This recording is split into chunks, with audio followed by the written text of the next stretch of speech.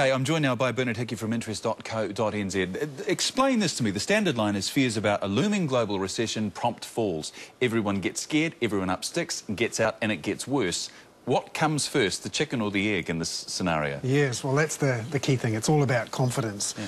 And when the market looks ahead at both Europe and the United States and sees growth slowing down, and at the same time they see financial risks inside the banking systems, particularly in Europe, then they get nervous and everyone jumps to the sidelines. They buy gold, they buy US treasuries, and the stock markets slump. And at the same time, you've got people quite worried about leadership on both sides of the Atlantic. The Americans can't seem to get their act together and stimulate the economy. And the Europeans too, this week proved yet again they're not a unified camp.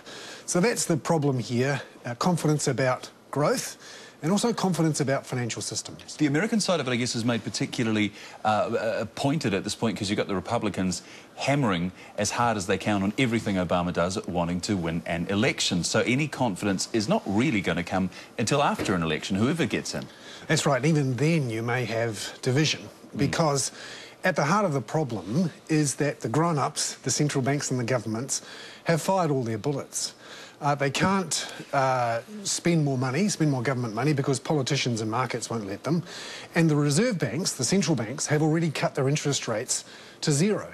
So there's not much room for either the governments or the central banks to move.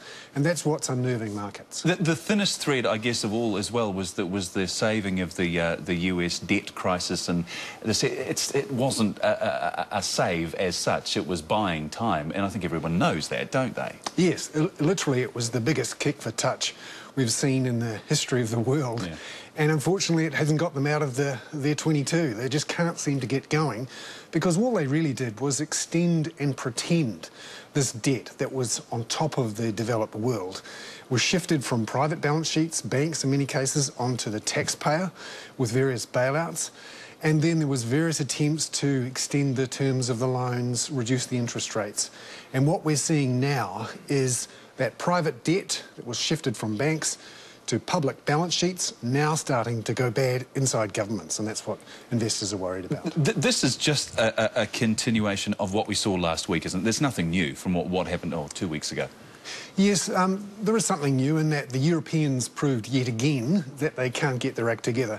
The big result this week, or non-result, was a meeting between Merkel and Sarkozy, the German and French leaders, who were supposed to come up with a deal to find a common Eurobond, which would help the Eurozone get through this crisis.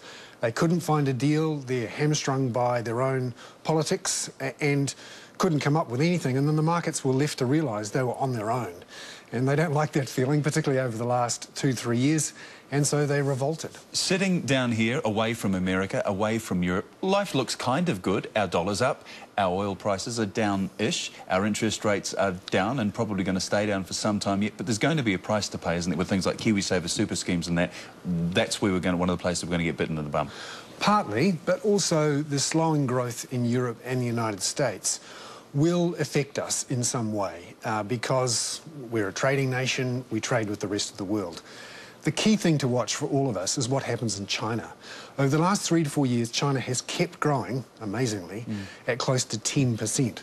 And because China's our second largest trading partner, and it's the largest trading partner of Australia, which is our largest trading partner, we've managed to get through okay, in part because China has been robust.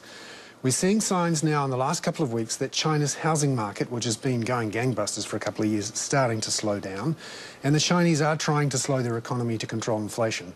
That's the thing we should watch. We've been sort of okay until now because China's kept going. If China doesn't keep going, then we can look at some problems. And that's where the focus of attention New Zealand should be. Can China drag us all out of it? Is this something we're just going to have to get used to? The days of markets going up 0.5%, 1%, they're gone. Now it's going to be 3% and 4% drops or whatever. Well, certainly at the moment, until the authorities on both sides of the Atlantic can find some solutions to at least kick the touch again, perhaps, then we are going to see this volatility. And particularly with markets sort of closed down a bit through the summer in the Northern Hemisphere, that's making things more difficult. A lot of the leaders are still on holiday. And once we get through into September, October, remember, This time 3 years ago, September, October, was the really dangerous time with Lehman Brothers. You'd certainly want to get through to, Christmas and hope that things have settled down before then, before you can be sure that things are going to settle. We'll see what happens tonight. It could be ugly again tonight. The initial signs are not good. Buy some gold might be the safest thing. Hey, Bernard, thank you for that. Bernard Hickey from interest.co.nz.